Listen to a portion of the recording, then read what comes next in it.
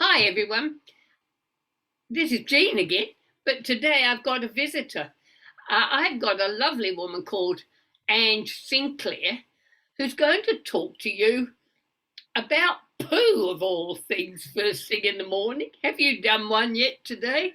Anyway, to move on to being a bit more sensible, Ange is a naturopath, nutritionist and herbalist that specialises in all things gut health. The science is showing us the importance of our gut health on every aspect of our life, of our health, our hormones, our weight, our mental health, everything, our skin, our immune system, everything is dependent on our gut health because actually we have more neurons around the gut than we have in our head. And while the gut sends messages to the brain can't control the gut. The gut's in charge of the gut. And what you put in it is in charge of the gut. So Angie's here to give us practical help to look forward when it comes to gut health, what we can do to our own, because it's absolutely essential to your mental health to get your gut worked out properly. So, Ange, I'd love to talk a little bit to start with about your story and why you went into this. Hi, Jean. How are you going? Thanks for having me on. Look, initially I have suffered chronic constipation since I was about 6 or 7. So my entire life pretty much. So 40 odd plus years. Oh, God, it's probably even getting closer to 50 now. And I know firsthand the pain and suffering that causes to you, not just physically, but mentally as well, because you're always thinking, oh my God, what have I done wrong? What can I do better? You're always thinking about the food you're putting in. Your family's sick of hearing about it because you're always going, oh my God, I'm in incredible pain. So when your gut's not right, it affects your relationships. It affects your whole life. So that was sort of one of the reasons that I got into it. The second reason was when I had my last son, he had such bad eczema all over his skin. And, you know, as a tiny little baby, whenever we pulled his little suit up over his head, his ears would almost come off because he had such bad eczema. And so I would take him to the doctor and the doctor would go, yeah, we'll just give him steroid cream. And I kept saying to the doctor, well, what else can I do? He said, oh, well, you can't really do anything else. We'll just give you steroid cream. And I just thought, that's not a solution. That's not the answer to fix this problem. It has to be something else. So then I sort of went down the rabbit hole with food and then could see that made a huge difference. What I ate really affected what was happening with him. And so then I went on to study nutrition and herbalism and naturopathy. And that's where I am today, essentially. And that's so interesting. My first daughter had shocking eczema, and I discovered that she had this. I noticed it was whenever she ate anything that was made with butter in it, or she drank cow's milk. I lost my milk a bit too early, unfortunately. I had a really bad dose of diarrhea, as you do when you live in far north Queensland every now and then. And the local doctor said, well, when it's gone, you'll have to put her on a bottle. Well, that's nonsense anyway. But she was clearly allergic to milk, which I was as a little one as well. So once I got some goats and started milking goats every day, she stopped getting eczema. And we didn't use butter in anything. I made my own cheese out of goat's milk. Wow. And because we lived in a remote place, I grew all my own fresh veggies. So we had this incredibly healthy diet, but it was the milk. She couldn't handle cow's milk. And as soon as you find that out, how does life change for you? Oh, it totally changed. I have another friend who had a child with eczema. She lives in north of Western Australia. She discovered it was laundry powder. Yeah. And she developed these wonderful balls that you put in the washing machine. Yeah, fantastic. And I've used them for years now. I don't buy laundry powder at all. I just put Dana's balls in the washing machine. Everything comes out clean. That's fantastic. And it just goes to show you those little things can, both in terms of food and environmental, can make such a huge difference to how your life changes, because having eczema that's really itchy and irritated and annoying can really change the focus of your life. So fixing that just by those two simple things can make a huge difference to your progress. I've just recently had a guy who had looser bowels, and he had really, really itchy skin up his arms. And we didn't do very much. We did a lot on food. We did a few supplements around prebiotics, because I'm a big fan of prebiotics.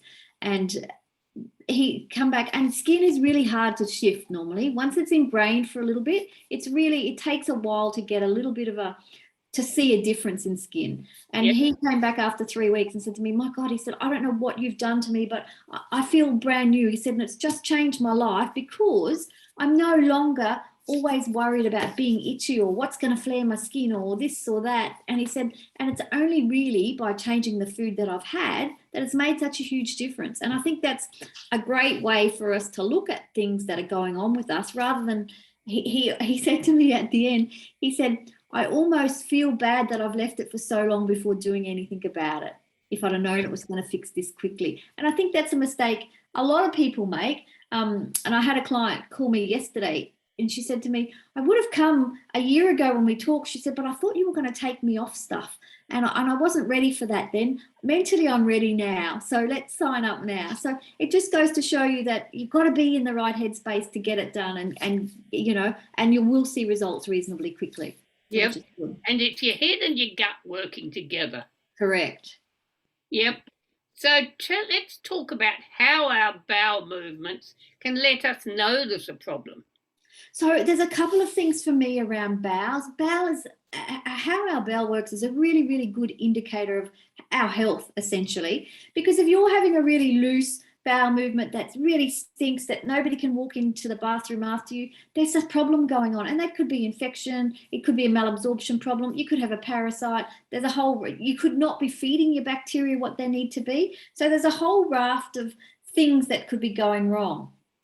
And so one of the things I like to start with is, how often are you going to the bathroom? In the perfect world, we'd be going food in, food out. So that would be around 3 times a day, realistically. Those people are pretty unicornish, in my opinion. I don't see many people that are going to the bathroom 3 times a day. I have seen some, but they're pretty rare. But as long as you're going to the bathroom every single day and it's a complete bowel movement and you feel like you're finished. Like I have people go, oh yeah, I have a little bit, but I never feel like it's all coming out. So you want to feel like it's all passed. And there's a term, and I don't know if you know this, Jean, but there's a term called pooforia. So when you have a bowel movement, it gives you a sense of joy when it's a complete whole bowel movement. And it happens. I have people whose bowel movements aren't so great. When they get great, they say, you're right, there is a sense of pooforia. So that's something to think about. How fast does it happen? Do you have to sit in there with a War and Peace book and wait for ages before you can actually go to the bathroom? So a good bowel movement, you should get the message from your brain to your anus saying, hey, it's time for you to go. You should sit on the toilet, and it should be quite quick. It shouldn't need you to be in there scrolling your phone for hours or reading or anything like that. Because the longer you sit there, that can greaten your chance or hasten your chance of getting hemorrhoids or anal fissures or stuff like that. So you want to be able to sit and go really quickly. The next thing is, what's the colour of your stool? Stool comes in lots of colours, orange and yellow and white and green and brown and black and red in some cases. So I'm not going to say the right colours, because the stools vary sometimes with what we eat, but also beetroot. Yes, that's a really good one. So you want to be somewhere between milk brown and dark brown, and if you're yellow or white, you want to get checked. And if you're on the other end where it's frank red blood, you might want to get that checked out by your doctor too, because that could be a hemorrhoid or beetroot. And if you've got a black stool, you definitely want to go to the doctor unless you're taking iron supplements, and again, beetroot or charcoal, because they will make your stool black. But having a black stool may mean that you could have a bleed from higher up. So it's best to get those sorts of things investigated. One of the other things that's really important is whether, and not many people know this when I ask them in consultation, but it's checking back to see whether your stool is sinking or floating. Now, if it's sinking, that means you've got the perfect amount of fibre in your diet. It means that your stool has got no gas, and that's the perfect poo if it sinks. Now, if it floats, it means that it can be, your stool is either full of gas, or it's, what else? If it's floating, it's full of gas, or you're not absorbing fat properly, or you don't have enough fibre. And I often see that most people don't eat the right amount of fibre, and that will affect how your bowel comes through your body. It will affect how your gut bacteria work to then send messages to your brain backwards and forwards. So there's a whole raft of things around that. The next thing is the smell. If that smell of that bathroom would hospitalise a small child if they walked in there after you, it's probably best to get that checked out, because poo is a natural smell. It shouldn't really have such an odour that it becomes offensive. It should just smell natural. So that's something to think about. And the cleanup. So the perfect poo is one wipe, and there shouldn't even be any poo on the toilet paper. If you're finding you've got to use half a roll of toilet paper or some wet wipes or something like that, there's something going on for you. And for a lot of times, that is for people that are not necessarily eating enough fibre, because or they're not digesting milk very well. Is another thing, because that will make their stool quite sticky as well. The other thing is if you're seeing food in your poo, corn is the exception. You're allowed to see corn. So if you are seeing tomato skins, corn, that they're okay. But if you're seeing, like I had somebody report last week that they saw a big chunk of broccoli, well, that shouldn't happen because we have mechanisms in place from our mouth where we're chewing food to our stomach where it's being broken down by hydrochloric acid, and then when it hits to the bacteria that break it down even more. So if it gets to your poo and it's still a big piece of broccoli, something's gone wrong. And so I always suggest to people, if you're seeing food like that in your stool, maybe you're not chewing properly. Are you taking the time to sit down and be in rest and digest and chew, really chew? Because they say each mouthful you should chew between 20 and 30 times. Not many of us do that. Because what happens when we do that is that the amylase in our mouth breaks down that food and it sends that message to our brain, you've had enough to eat now, and that will trigger our feeling of fullness, and it helps with weight loss and stuff like that. Whereas if you don't chew and you just inhale it, you tend to eat more than you need to. So they're the biggest ones. That I would say to you around a stool is to make sure that you are having a look, because seriously, that could save your life. I had to go for a checkup in my late 30s for a colonoscopy, and I felt really terrible because I was this young person having to have this test, and the doctor said to me, because lots of people who go to this particular doctor are going because they have bowel cancer and that sort of stuff. And I said to him, what would save people's lives? How could people find out earlier? And he said, if they just looked back into the toilet and took notice of their stool, that could save their life. Because if something changes that's not normal for you, you should get that investigated, because that's not your normal. You shouldn't have loose bowels all your life, then all of a sudden become constipated. You shouldn't notice blood in the stool on a regular basis. If you're seeing that over and over, they're things that you should get investigated. If you've got a sudden weight loss and your bowels change, you should get that investigated. They're all things that are a little bit of a red flag to me that should be taken care of. And I think with bowel stuff, it's really good to do it early, because we do have such a prevalence of bowel cancer at this point in time in the ages of about 26 to 30. There's a real increase in bowel cancer in that age group. And they think it's because, one, of diet, and two is because they don't they don't take care of themselves in the same way as they do when they get older. And so you want to be doing those sorts of things to help with that. So I think that's a really good idea.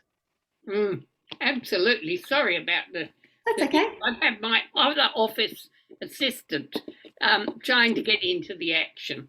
She's a black cat called Cuddles. Cuddles, very cute. Yes. I'm not thinking she's cute at the moment, but yes, that's really interesting. Yeah, that's fascinating. I mentioned beetroot up before because I went to, I had a migraine once when I was staying with friends in Sydney, and they took me to Black something hospital in the western suburbs. Yeah. To see if they could do something about, because I was constantly vomiting. But because I was vomiting beetroot we had for dinner, it was red, and they were determined I had a bleeding ulcer. Yeah. I said I had beetroot. What's that? You know, it's just completely beyond them that someone would eat beetroot. And yeah.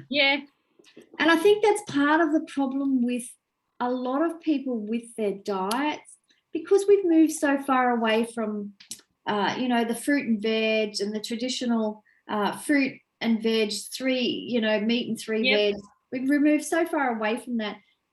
For a woman every day to be healthy, we have to eat about 28 grams of fibre. That's a lot of fibre. For a man, it's 38 grams. When you see what that looks like on the plates over a day, it's a lot of fibre. Most people, it really is a lot. Most people, when they see it, go, "Oh, I wouldn't eat that." And most people I see eat somewhere between 7 and 15 grams, which to keep you healthy is not enough. To keep your bowel working is not enough. To keep your brain working. I make a wonderful soup. I've got a soup maker thing. Yeah. And I put it's almost invariably pumpkin, broccoli, more or less 50-50. Yeah, yum. So then I have my 3 veg as well. But hey, that makes a really good. I've noticed a difference in my bowel movements. Yeah, I've been having this soup every day. Yeah. So some of the things I recommend that people do with their diet is try and get, and this sounds like a lot. When I say it, it's going to sound like a lot. But try and get 30 different types of fruits, vegetables, nuts, seeds, grains, and legumes and beans into your diet a week. So don't do that. If you're only at 5 and you eat the same 5 things all the time, try and expand your repertoire, because the better you have diversity and variety, the more gut bacteria, especially if you're suffering from anxiety and depression. And we'll have another chat about that someday, because there's some really great things that you can do for anxiety and depression. Kimchi, for example, is magic for anxiety and depression. And there's been lots of studied research on that as well. And so by bringing small things of new foods, and I always have this little thing too where I get people to do an exercise.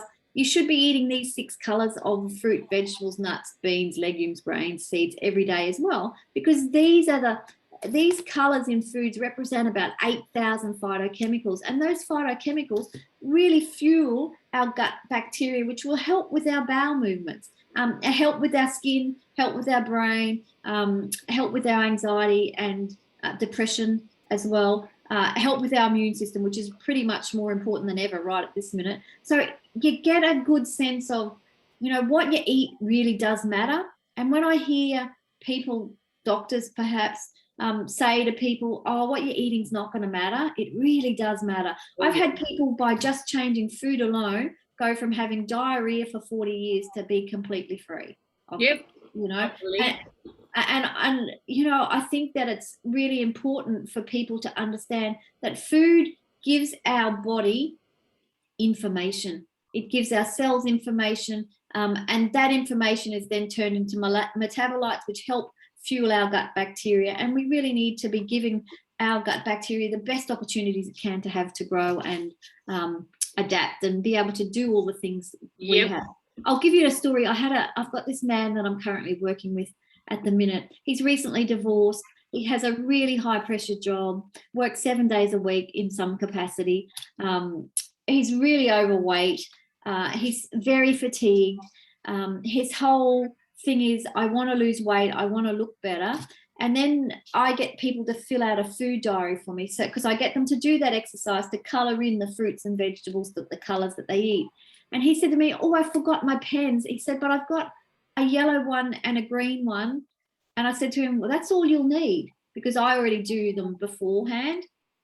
And he looked at it. And then I talked to him about the importance of how our gut bacteria and the food we eat gives us energy. And it's by these colours that give us that energy, because we produce the B vitamins that give us that energy. Yep. And he looked at me and he went, I can see why I'm fatigued now. He said, because I'm not eating the fuel. I'm not providing the fuel for that bacteria to make that energy. And he said, from tomorrow, I'm going to go out now and get. So it's doing those little practical things. And do you have to be an expert? No. You don't have to get and that's what I said to him. You don't have to get everything right. You just have to start. Add an extra color in, add a different flavor in that you haven't had before. I always say, about the 30 different fruits and vegetables a week, if you always get a red capsicum comes in about 5 different colors. Get a green one. Get an orange one, get a yellow one, get a black one. Yep. Change up the one that you would always get. If you're getting apples comes in hundreds of varieties. Change the variety of apples you get, because as humans, we love comfort. And you know this, Jean, when, we're trying to break a habit, it's really difficult because we love comfort. And so what you need to do is when people say, I eat the same things over and over every day, I don't need to do your food diary. They're the people who have the worst guts, because they're not feeding that whole complement of bacteria. So if you want to do one thing that will help your gut health today, is try a different food that you haven't had before, or try it in a different color. So if you're always having brown onions, try a red one, because it will change the bacteria that you feed, and it'll make a huge difference. So that's my best tip for today. Fantastic. Thank you. That's really interesting. And it's so important for your physical health and your mental health. That's what I really wanted to talk to you, because mental health is about your whole body. Right. Our emotions are kept all through the body, especially when things are difficult and traumatic. Yeah. Traumatic events aren't properly filed, because the part of our brain that does the filing, the librarian part of our brain, it gets overwhelmed, and the things just get stored in your body, and the body holds the memories. Totally. And that's why your body reacts. I get people who come with fibromyalgia. I can fix fibromyalgia by helping them to let things go. Yeah. I had a woman who was going through a period of intense anxiety, and she went to the doctor because she had this crippling pain in her side, and they were sure she had gallbladder problems. She went to every test. Nothing was wrong. Oh, it's psychosomatic.